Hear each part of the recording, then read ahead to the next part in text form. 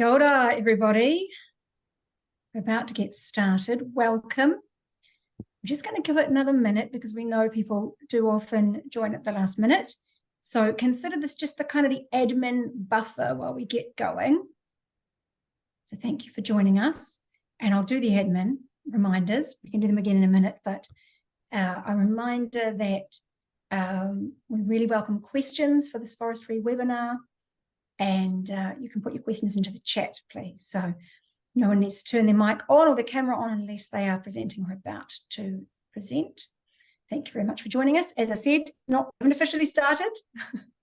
We will start in just a minute, just to give any last minute people a chance to join. So just bear with us while we give it another few seconds.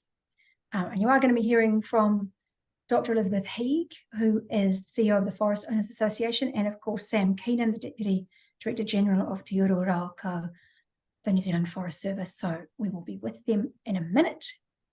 We'll just allow a little tiny bit more time for other people to join the webinar.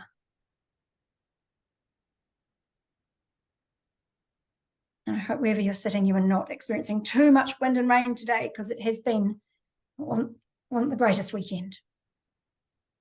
But at 12:03, I think we can get started officially. So kia ora.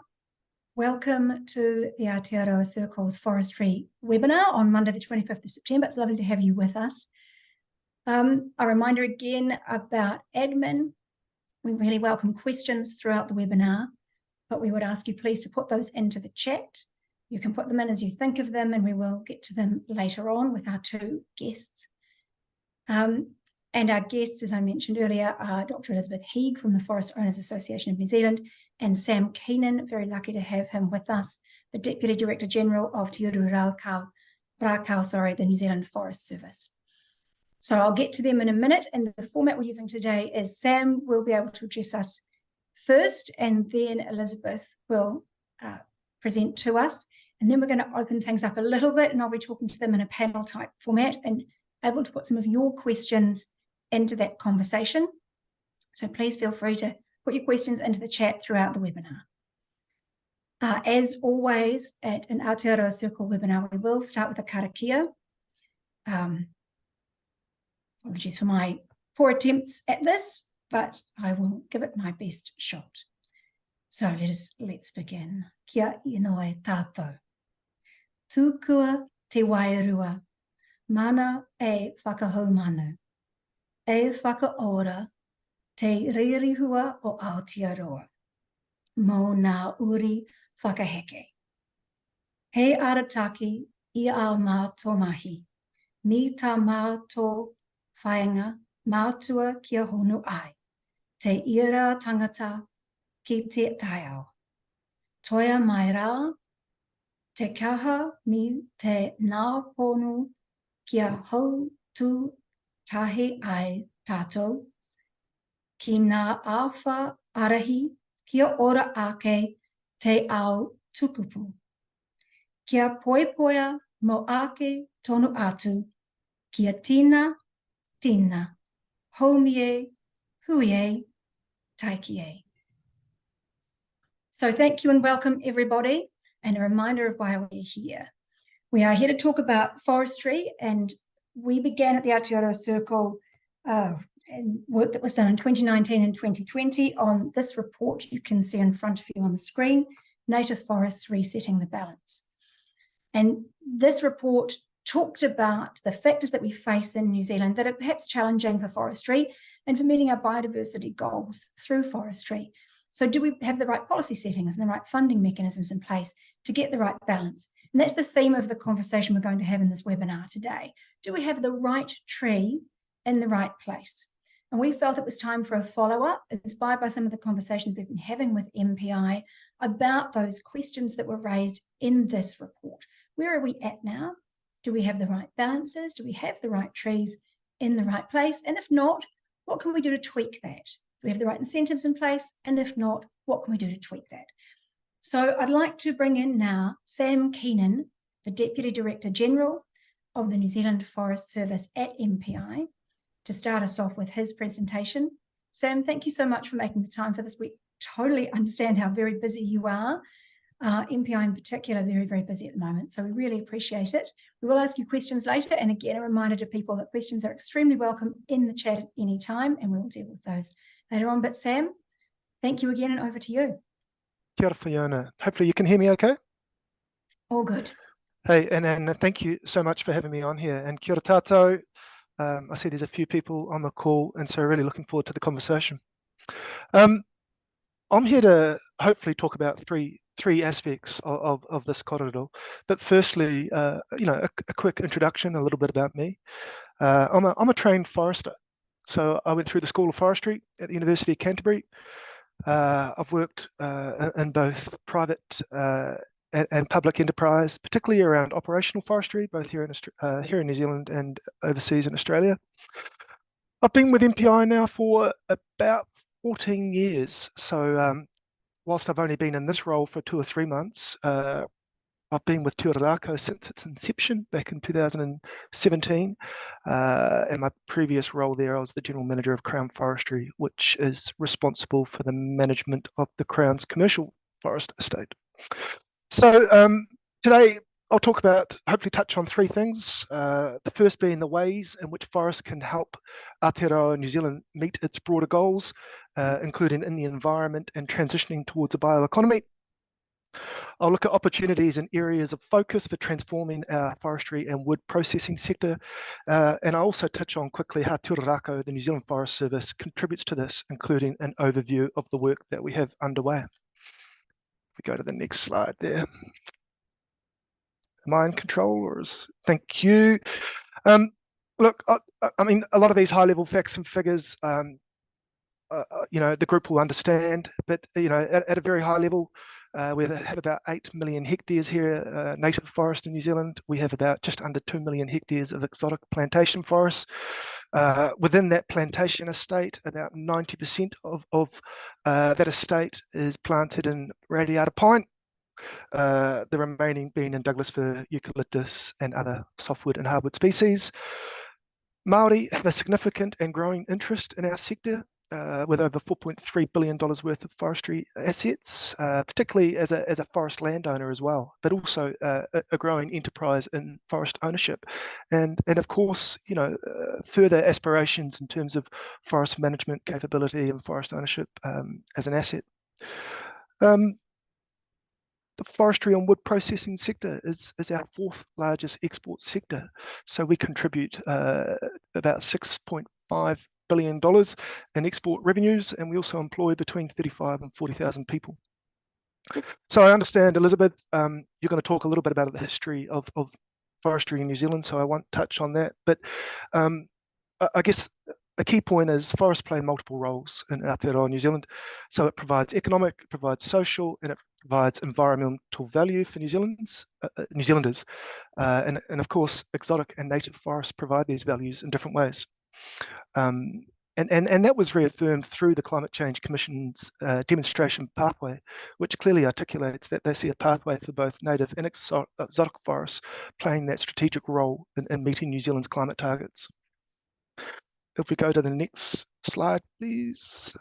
Cool. So this is just a schematic which is taken from the Forestry and Wood Processing Industry Transformation Plan. And what I really like about that schematic is it highlights, the broad range of benefits that we know right now, including the environmental benefits and the economic benefits. But really importantly, it also highlights the potential for new and emerging uses of wood as a renewable resource. So this includes not only low carbon building materials, but also a broad range of uses for wood residues. So under that schematic, they're obviously color-coded as that emerging benefit. And so just, a few examples, I guess the key, one of the really high-profile opportunities right now is that transition for New Zealand to shift away from using coal as an industrial and commercial heat or energy source for heat. Potential options for transport biofuel, and now those hard to abate sectors, including heavy transport, air travel, rail travel, truck travel, and of course innovative new biomaterials such as bioplastics and textiles. We go to the next slide there.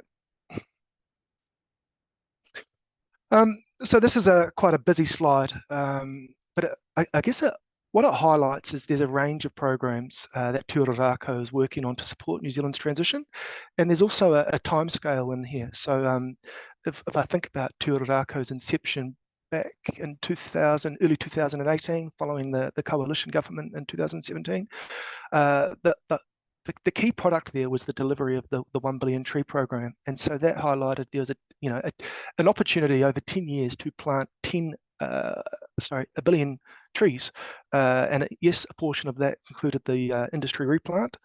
But under that program, one of the key funds was the 1BT fund, which looked to accelerate that tree planting within that 10-year program. And so whilst the 1BT fund is complete in terms of no new contractual commitments, Te Rākau is working through the management of a lot of those grants, and we're really proud to say that 80% of the trees funded through that were native. But for the purposes of today's korero, I want to touch on, at a high level, emissions reduction plan at the top there, and then I want to talk about 3 of Te Rākau's kind of key programs in response, or which show alignment with that emissions reduction plan, and that's our ITP, that's our native afforestation program, and that's also our max carbon program.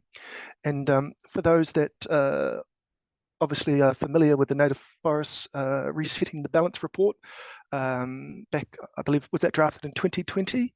You'll hopefully see a lot of alignment and linkages between that report and some of the key work programs that we're working through now.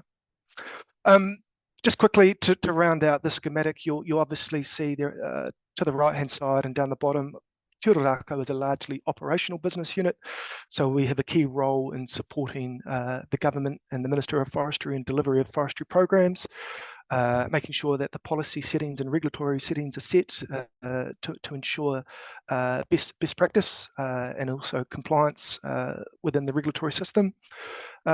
We also are a key advisor to the government on matters related to forestry and wood processing within the wider system. All right, next slide.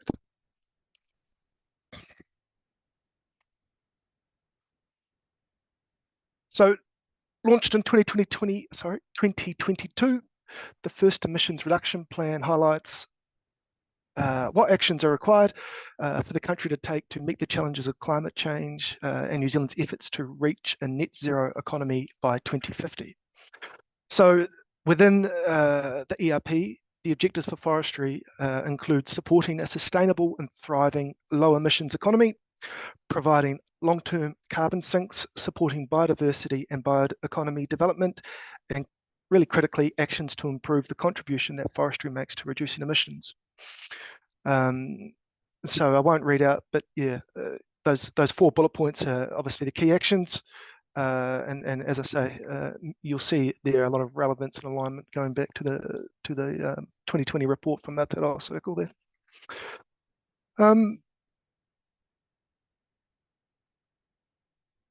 The first bullet point there is supporting the right mix, level and location of afforestation. So I didn't mention earlier, but Te Rākau has a key role in supporting our MPI policy and trade colleagues. And some really key work programs right now includes the policy work considering changes to the NZETS and the resource management to support the right type and scale of forests, and we can touch on them in a little bit detail later. But one of the more obvious and recent changes were the government's announcement around changes to the NESPF, which included providing local councils the opportunity to provide more control for afforestation activity. The second one, encouraging the long-term native carbon sinks. So this includes investigating options to reduce the costs and improve the incentives to deliver long-term native carbon sinks that provide wider biodiversity, soil and water health, recreational and cultural benefits. At the same time, it's really important that we look after the health of the pre-90 estate, and we have a work program that we're looking at investigating options for how do you recognise the additional management and what that means in terms of the ability to sequester greater levels of carbon from our existing pre-1990 forests, and really importantly including native forests. And the last one is about delivering more value from low carbon products, and you'll see, well, I'll talk about shortly, the ITP. There's some amazing opportunities and some really exciting technologies which position forestry and wood processing sector really well in terms of an ability to respond to the challenges that climate change are putting in front of us all. If we go to the next slide, please. So apologies, another busy slide, but facts and figures are always really important. So I guess the key story here that forest does make a critical contribution to New Zealand right now. And since 2020, the area of native and indigenous forest registered in the ETS has more than doubled, and it now totals over 75,000 hectares. So as shown on the graph, there's a definite trend of increases to indigenous forests being registered in the ETS since 2020. So the graph down the bottom there shows in 2020, registrations of native forests were about 10% of all new registrations. Now in 2022, it is equal to 20% of new ETS registrations. So the cumulative total now in the ETS is approximately 75,000 hectares, and that's out of a total registration of 540,000 hectares. Next slide, please. Oh, sorry, and I would mention that last bullet point there. Just recently, the government announced some updates to cost recovery settings within the ETS. And so that includes an annual fee based on participation in the ETS platform, and also a number of specific fees for a range of different services. So what that means in terms of cost recovery is, prior to this decision, only 7% of the total cost of running the ETS was cost recovered. That's now increased to 63%, and the government or the Crown will continue to fund the balance of providing that service. As we went through that consultation process, and as governments as the government made a decision was made there to provide a fee exemption for native afforestation, and what that does is, in practice, it's a carve out for the first 6 years. So no annual fee will be paid for participants who are registering native forests for the first 6 years of participation in the program. Next slide, please. So the native afforestation program.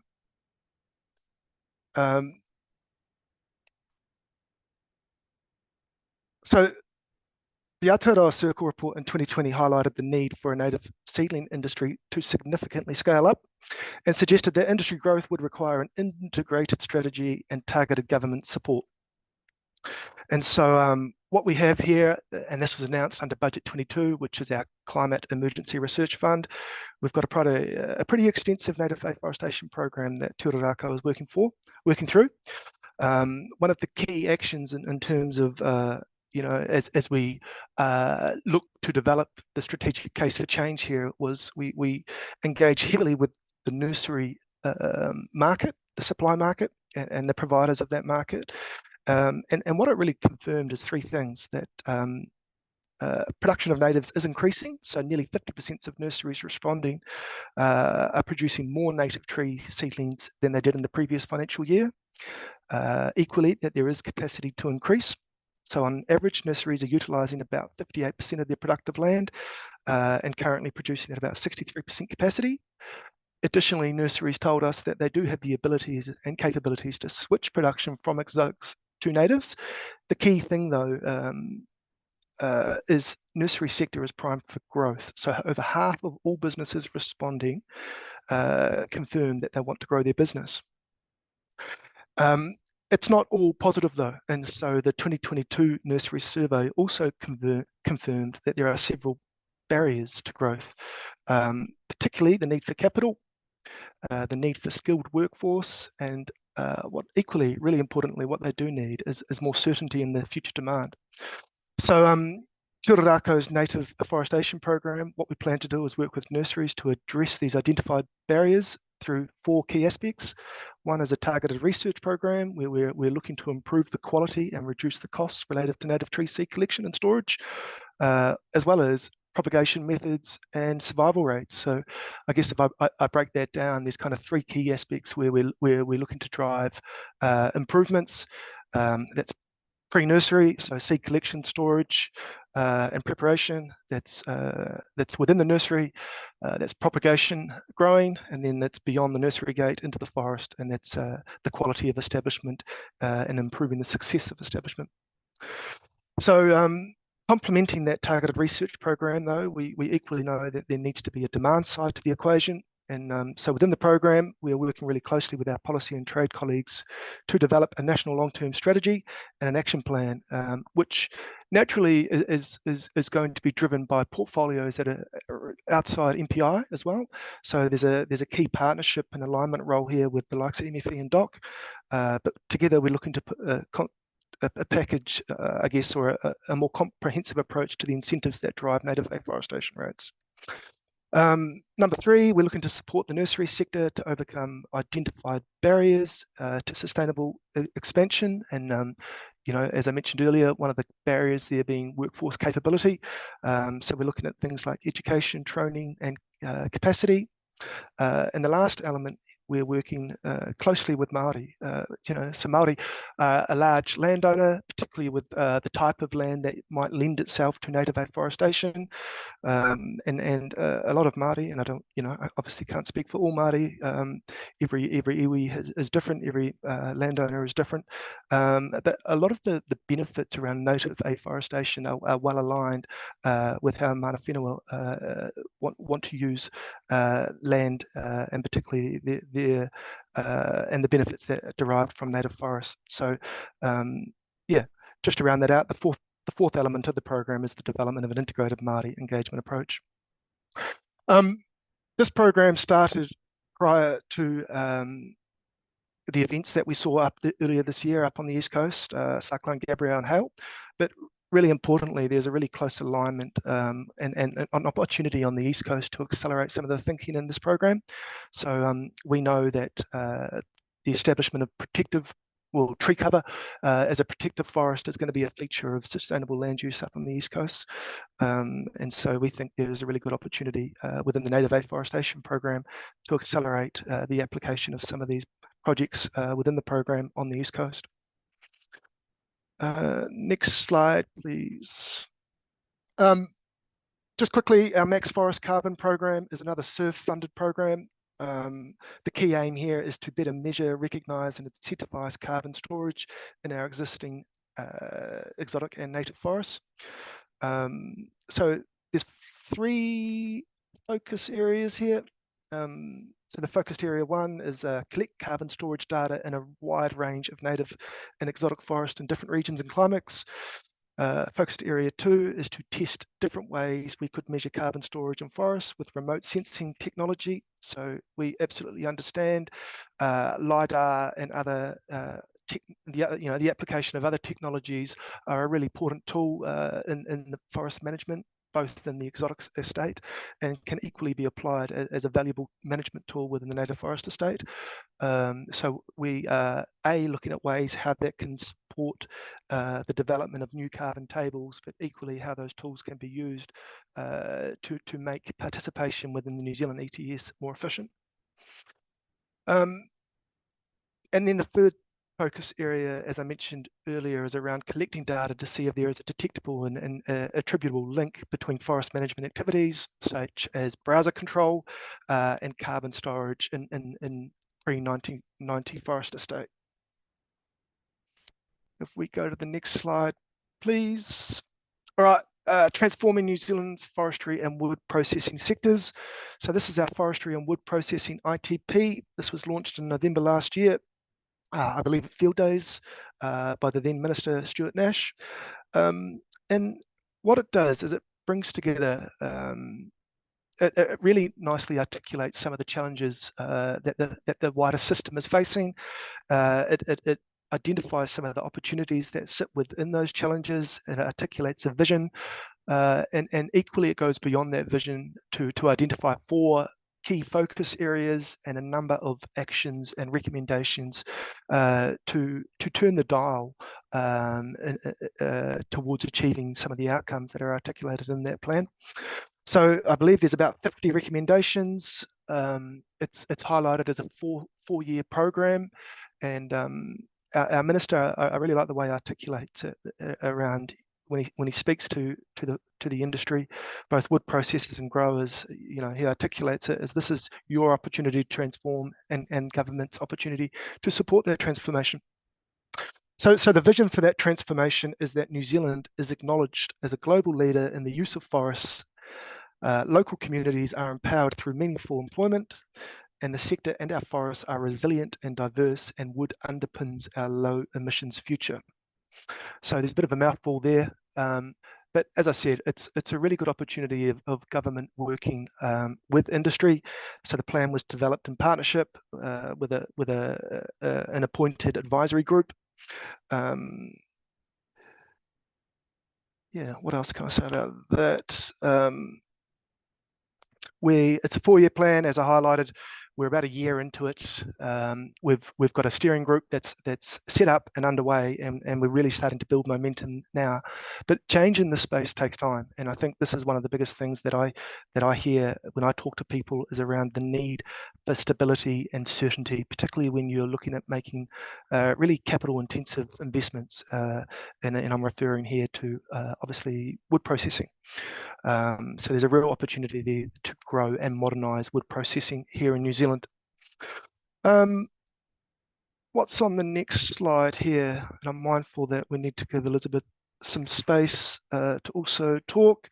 And so this slide here talks about the woody biomass and the real value that sits behind biomass as an opportunity and role for supporting New Zealand's transition to a bioeconomy. So, as I mentioned earlier in my introduction, wood is being used to create more advanced and high-value products. There's a key shift in the transition to our bioeconomy will be if New Zealand can produce more logs onshore. So, you know, one of the lines we talk about here is providing more value from volume. So, you know, there are new technologies, there's new products, and there are new markets available for fibre. So automation and new technologies mean we can process lower grade logs. So right now we typically export a lot of our industrial log, and absolutely there's this opportunity to turn those industrial logs into a higher value use through the likes of optimizing and finger jointing. Mass timber engineered wood products means that that resource can really be applied within a structural and a higher value application. And equally, we know that you know the demand for fibre is growing both domestically and globally. So it's going to be really important as we look to increase domestic processing. At the same time, we look to identify markets, international markets, which will support and underpin growth in our domestic market as well. So one of the key responses to climate change is, you know, being adopted globally is that strong push by nations to develop a bioeconomy. And so this involves that use of resources such as forest and waste as inputs into industrial products and energy production. So this is obviously critically linked to the concept of a circular economy as waste from one process becomes the feedstock for another. So there's a really important role here for Te Rākau as it works with other agency partners, where we look to achieve alignment with some of the strategies like the waste strategy, like the biocircular economy strategy.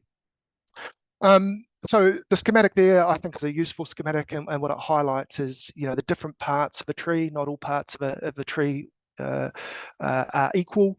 There are different attributes for each part of that resource, and they can be used in different applications for different products in different markets. So really importantly, though, as we look to grow the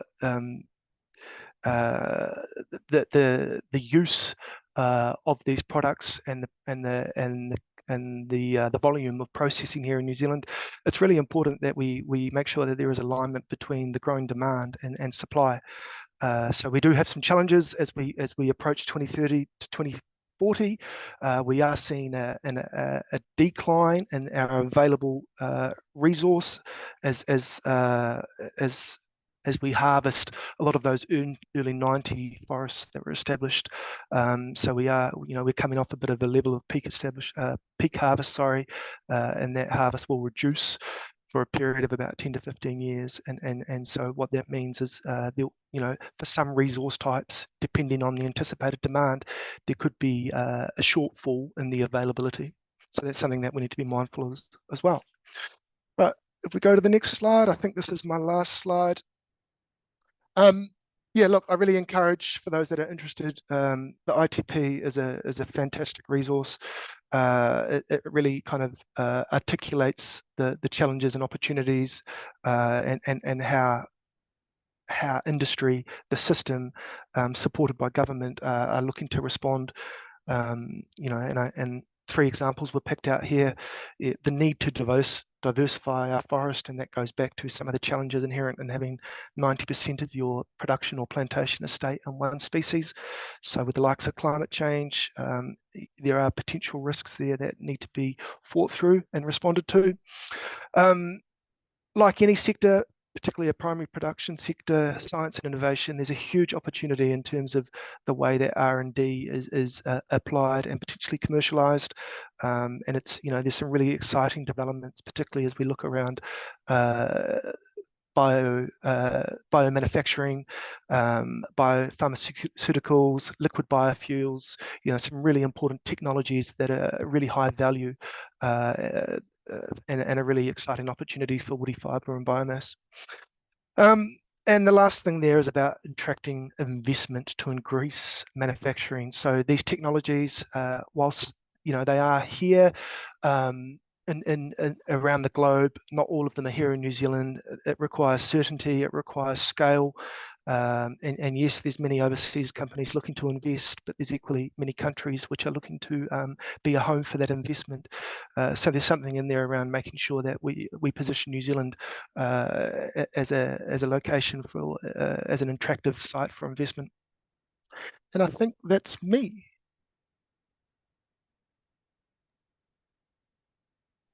Thank you very much, Sam. That was great.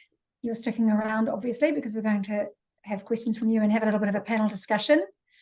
I'm about to pass over to Elizabeth. Just before I do that, I actually just want to do a little shout out, because I see we have Nick Judd with us from THL, and Nick was the co-chair on the Native Forest Report that we talked about at the start. So I think there also maybe other members of the leadership and working groups who worked on that report. So I just wanted to acknowledge them and say thank you very much. It's wonderful to have you with us as we follow up on that report and continue the conversation about forestry in New Zealand. Elizabeth, this is a good time to bring you in to talk about your role and view as the CEO of the Forest Owners Association. Well, kia ora tātou, ko Elizabeth Heeg tōku ingoa. It's lovely to be with you here today, and I appreciate the opportunity to talk to you. Since Sam introduced himself, I'll give you a bit of my background.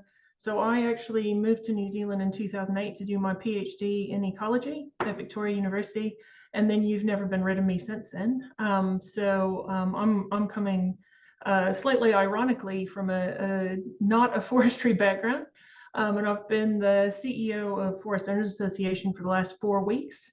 So if you ask me for any super in-depth facts and figures, I've probably not got it off the top of my head at this stage, but I did have a background in working on forestry and land management as part of government actually prior to this role. So I guess just to give you a bit of a brief on the organization that I work for as well. So actually my office of about 10 people, we look after both the secretariat responsibilities for the Forest Owners Association, which includes a lot of the, a range of the forest owners actually from across New Zealand. So it's a membership industry association, and it's got the big forest owners all the way down to some of the smaller and medium-sized enterprises. And then we've also got the Forest Growers Levy Trust that we look after, that's responsible for the levy on logs, the commodity levy, and the disbursement of those funds for a combination of research and promotions and other things in terms of industry good. So What I'm going to talk to you about today, I think Sam's done a great job of kind of setting out where government's programs of work are and an overview of the sector. I'm going to talk a little bit about the history of kind of how did we get to where we are, and what are the challenges and opportunities for how we use forestry to combat the dual climate and biodiversity crisis. Because I think you can't really talk about them separately. We need to think about how we're addressing them together. So why aren't there more native forests that are managed for production? And actually, I was going to touch you with this first slide, and I've obviously sent through the previous version. But basically, in New Zealand forestry, we went in the mid 20th century. We started developing a pine model, which is a tree that was introduced from North America, largely because actually there was a lot of concern around the exploitation of our native forests. New Zealand forests were getting to the point where they had been over harvested, and you know, hardwoods were being used for a range of applications, some of which were really kind of low grade commodity driven. And it's these super long growing species that then obviously aren't able to replenish as quickly as something like a pine. So that was the genesis of the pine model being developed. Most recently in the Forest Accord in the 1990s, actually where we had got to with the pine model was that folks felt like that plantation model had a lot of potential to carry, you know, to carry the kind of economic needs for timber forward. And so I was going to cross out, I think a lot of people think of the Forest Accord as being about the production of exotics, but it's actually, it's a focus on land use for production of plantation forests, including exotics and indigenous trees. And it's, I'd recommend you go have a look at the Accord. And then the protection of any existing remnant native forests, aside from there is some harvest that can be done under very specific circumstances under the Forest Act, Part 3A. And that's got to be done showing that it's within native forest limits. So, and there's a sustainability plan associated with that. So that accord around the use of plantation forestry for timber and energy was signed up in 1991. I think it was negotiated from 1990. And that was really around, you know, Forest and Bird, WWF, Federated Mountain Club, and the forestry bodies coming together and saying, you know, this is a model that's going to help us by kind of splitting out production and protection, that we'll be able to protect the native estate and then have this production model. But we've subsequently not really developed that native forest plantation model, even though it's explicitly called out in there. And that's partially because the wood fiber from pine can be used for a really wide variety of purposes. And there's just not as much work that's been done on what and how we could use wood fiber or wood from native trees. And native trees are more complex and difficult to establish and maintain, and they take a lot longer to reach maturity. So when Sam talks about that kind of capital intensive element, I think there's definitely a question there as to how you would get the kind of ongoing investment in those native plantations when a rotation length is probably going to be at least 70 to 100 years. Next slide, please. So part of what I want to talk about is I think that segmentation, while it was really important to prevent the exploitation of our native forests, it's led to some kind of weird mental models in terms of how we think about our forests. And so I know there's a lot of concepts right now around, you know, lock and leave carbon forests. And obviously carbon forests were introduced subsequently in the 2008 with the creation of the emissions trading scheme. I think it's really important to recognize that all forests require some kind of active management, particularly with the pest and predator issues that we face today, but also with wildfire risk. I think anybody who's telling you there's a lock and leave forest, I used to work for QE2 National Trust, And even if you're looking to protect a piece of forest, there's no forest that you can wrap a fence around and walk away without, I mean, well, I say there's almost no forest. I'm sure somebody will have an example of a forest that's managed to function perfectly that way. But in my experience, all forests require some kind of active management.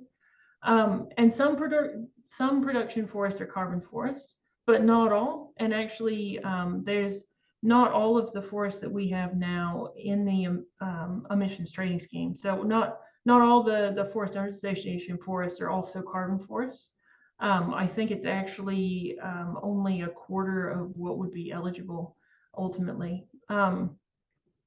All forests, like I said before, still have to adhere to biosecurity and fire requirements. So I think it's really important to keep in mind that that's something where no matter what the forest model is, that we're all going to need to work together into the future. And I'll talk a little bit more about that later. And then also, I think it's interesting to note that all forests have some level of biodiversity. So we know that we have mixed forest models in our members because the forest, the FSC certification actually requires that you have 10% of natives as a reserve when you're planting exotics. And we know that our members are actually, in a lot of cases, that's the minimum. They're actually planting more than that into reserve areas. And we're seeing, where we've got forests that have reserves and border onto dock estate or council estate, we're also seeing that we've got native birds that are using that forest as habitat, whether that's kiwi or kia. There's a study that was co-sponsored by one of our members at the top of the South with Doc around kia using forest for food and habitat. I think it's really important that when we think about biodiverse forests, again, there's going to be a range of models, and I think when we're thinking within the landscape, we need to think about how production forests are a part of kind of a wider range of habitat for all of these species, and how we're looking to manage that. So we estimate that actually, even within those forest reserves, so it's hard to get a figure on some of the mobile fauna that might be using production forests, but we have an estimate right now that there's about 200,000 hectares of indigenous forests that are reserves that are within wider production forest, and those are managed really carefully to ensure they're not damaged when harvesting is underway. So I think we also have to think about across this the social, cultural, and recreational values, and certainly there's a lot of work that we need to do to understand people's relationship to forests, and in some cases I think maybe we've lost that connection with some of the different forest types. Next slide, please. So my apologies to David Hall, who may be on this call, but being fairly new in my role, I didn't have a lot of time to develop fancy graphics. So I borrowed one of his. And basically just to say that New Zealand forest model is relatively unique because we are really focusing right now on protection versus production and not really thinking about how the two interact as much when we have conversations in the public domain about forestry. I think within this, you can go to the next slide. There's a lot that we're missing out on in terms of some of the models of what we could be using and painting with all the kind of paints in the color kit, so to speak, in terms of what we could use around forestry and thinking about how biodiversity could be interlaced through that landscape. I know that farm foresters have done some work on this. We've also done some work through the Levy Trust on diversifying forestry models. I mean, a lot of the work that we are going to be doing is probably more focused at the exotic end and looking at some of the other exotic alternatives. But what I would say is I think it's important to have the conversation about how we weave these things together and what forests look like in communities, because a lot of the native species and the overall amount of kind of biodiversity in the landscape is going to create an ecosystem, whether or not things are being managed for production or not. And so we need to have a holistic view of how we're looking at different forest models. Next slide, please. So I was asked to speak a little bit about what some of the challenges are for forestry, and you could kind of flip-flop the first two because I think they're really interrelated. So there's a lot of uncertainty right now for forestry, and you know, Sam said it's something that he hears a lot, and I know some of that will be from me and my members. I think one of the things that prevents us diversifying into different forest models is there's a lot of uncertainty about what the operating environment is actually going to be longer term. And that includes with carbon markets, but also, you know, because we've had this production and protection model where they've been separated, I think there's some concern about where the balance is going to lie in terms of risk management. And, you know, I guess part of what I would say is there are cases where I think we've got legacy issues with forests that have been planted possibly for production in places where obviously that's got some real environmental risks, and that's going to need to be managed, especially with this increase in storm events. I think the flip side though as well is that there's elements where, like for instance, with some of the work that's well, some of what's happened in Queenstown over the weekend, where folks have kind of attributed some damage to forestry, and it's actually just the council doing some work around the gondola or the gondola company. It's not really clear at this point. I think there's also some of the conversations actually get a little out of whack as to whether or not it's about production forest or where things have been mismanaged. And so I think it's actually part of us really understanding more of how where forests are, what they're actually being managed for, and how that's connected to some of the changing environmental conditions that we need to keep an eye on. I guess the other thing is that you know, the more we can find ways to use our forest materials and to kind of make less of a commodity. So to Sam's point about we've kind of relied on a lot more export of forests, but and forest products. But actually, one of the things that we could look at is how we do more with our forests domestically, and also with our partners in Australia with processing timber. The higher the value timber is, and the more we value our forests, I think the more we'll have to work with in terms of how we think about forest role in the economy. Next slide. So what am I hoping that the future of forests will look like? I think we're going to have a wider range of forestry models that are based on the purpose of those forests and our ability to manage and adapt. I think we'll have a better understanding and management of forest values more holistically, and that includes social values. And I think that'll bring Indigenous more into the conversation, but part of that conversation around natives is going to have to be around you know, if we're going to manage, for instance, plantation natives, how is that going to work in terms of the management of the biodiversity and making sure that the risks are managed around that as well. Ultimately, we'd really love to see that Kiwi are more connected to their forests, and that wood fiber is a key material in the New Zealand bioeconomy, so that like I was saying earlier, that it's less of a commodity product and more like something that's a really central part of how we all think about how our homes are constructed, you know, how you know, different fiber is used in everything from clothes through to some of the other kind of renewable materials and nutraceuticals that you could use it in.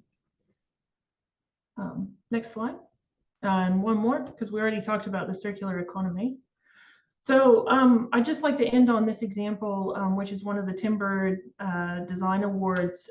So this is a school that's been constructed up in North Taranaki. And some of the material that's used there is pine, but I think it's a really nice illustration of what we could be looking at in the future, where, you know, we could have biodiverse landscapes, but still using, you know, a combination of forest materials in order to make a future for our kids. But I think I'm really keen that we continue these conversations and figure out what that right balance is and how we balance up the risks and benefits, because my real concern is that if we kind of tip the scale too much one way or the other, that we're not going to leave them with the right materials to really make that future. So thanks, that's me. Thank you so much, Elizabeth. Fantastic. And Sam, I'll ask you to pop your camera on now too, so we can have a bit of a conversation and maybe deal with some of the questions. I know we're getting a little bit close on time, but we'll see what we can do. Hi, Sam. Thank you. And you might want to come off mute so you're on standby. Braced and raring to go. Fantastic. Excellent. We have had a few questions come in through the chat. But Elizabeth, you made a point in your conversation about some of the news headlines, and I don't think we can ignore them, right? So we saw some more headlines over the weekend about debris, woody debris coming down the hill in Queenstown. You made a comment about that, Elizabeth. Sam, I'd like to give you a chance to just make a general comment about what your thoughts are when you see those sorts of headlines around forestry. It's challenging. I agree with Elizabeth. The facts are not always easy to ascertain. But I guess one thing to acknowledge, absolutely, it has an impact on public perception, and it's attributed to the wider forestry and wood processing system. So I guess that would be one observation. I think secondly, the NESPF as a regulatory tool sets a permitted baseline. And I think that's really, really important. There are a number of aspects within that NESPF where local councils can set rules that are more stringent. So that would be one observation. But notwithstanding that, there have been some changes that have been announced recently, and I guess one of those that were being announced, which is subject to cabinet approval, and that should come through in the pre-election, is providing more control for afforestation activity to local councils. So that's one of the recent changes that I guess has been highlighted following the review of the NSPF earlier this year. Mm-hmm. You both talked about certainty quite a lot in your presentations, and the need for certainty so we can invest, so we can plan for the future, obviously. And Sam, I think you mentioned we're coming off a period of peak harvest. Forestry is something that has long lead times. What are the factors we really need to lock in so we can have that certainty? Can I start with you, maybe, Elizabeth?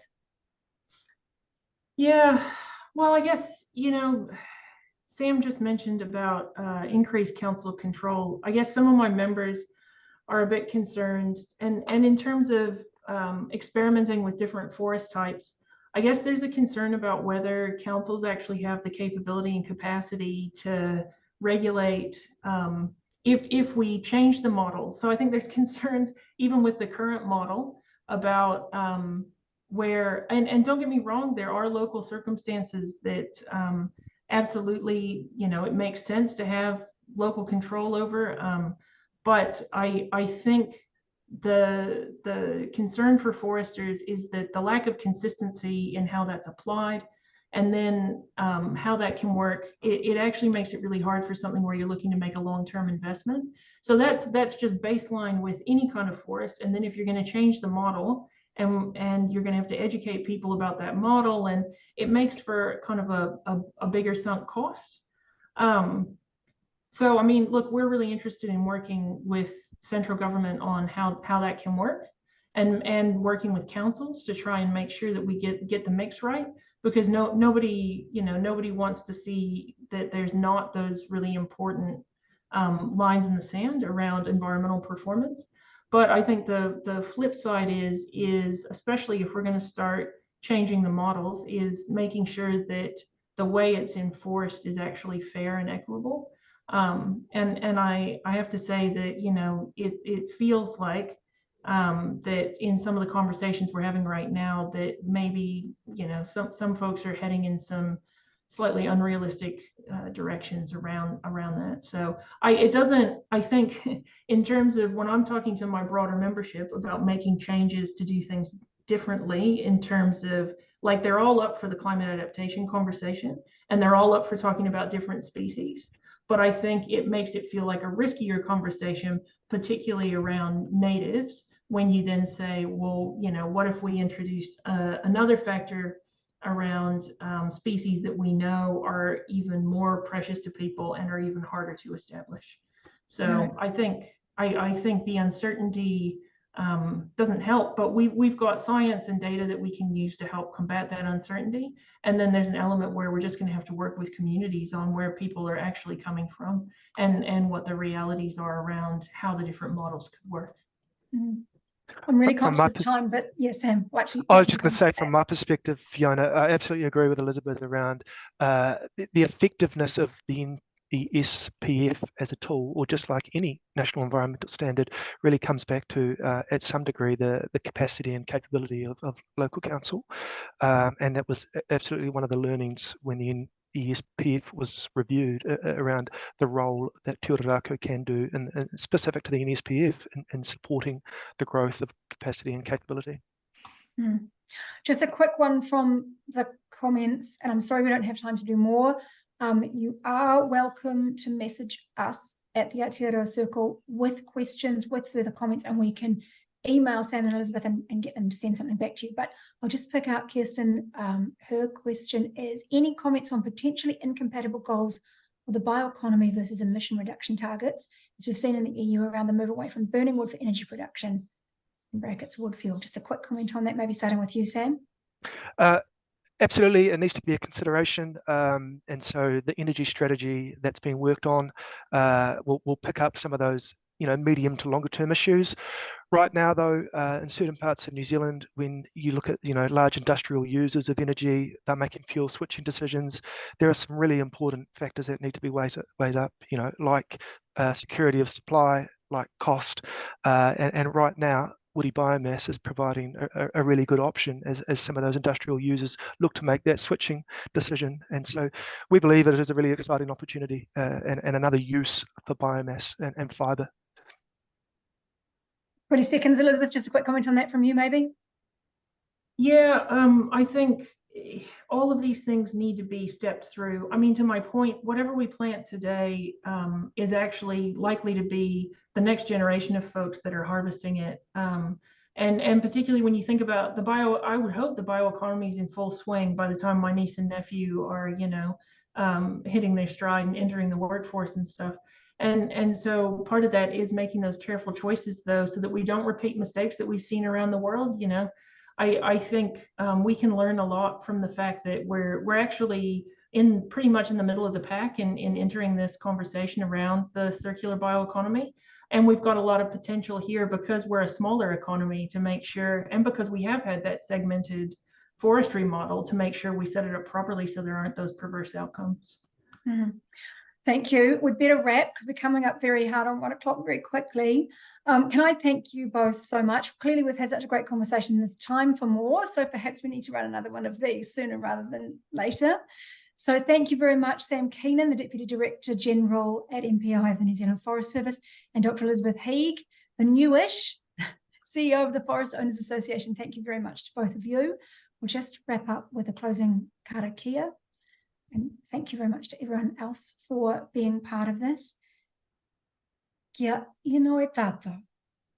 Enuhia, enuhia, enuhia ke te uru tapunui. Kia wātia, kia mama. Te nākau, te tinana, te wairua, e te ara takata. Koia rā e rongo, whakakairia, aka ki runga. Kia tina, homie, huie, taikie. Thank you very much, everyone. Thank you again to Sam and Elizabeth, and thank you to everyone who participated today with comments and questions. We look forward to running another one of these again soon. Thank you from the Aotearoa Circle. Have a great day. See you later.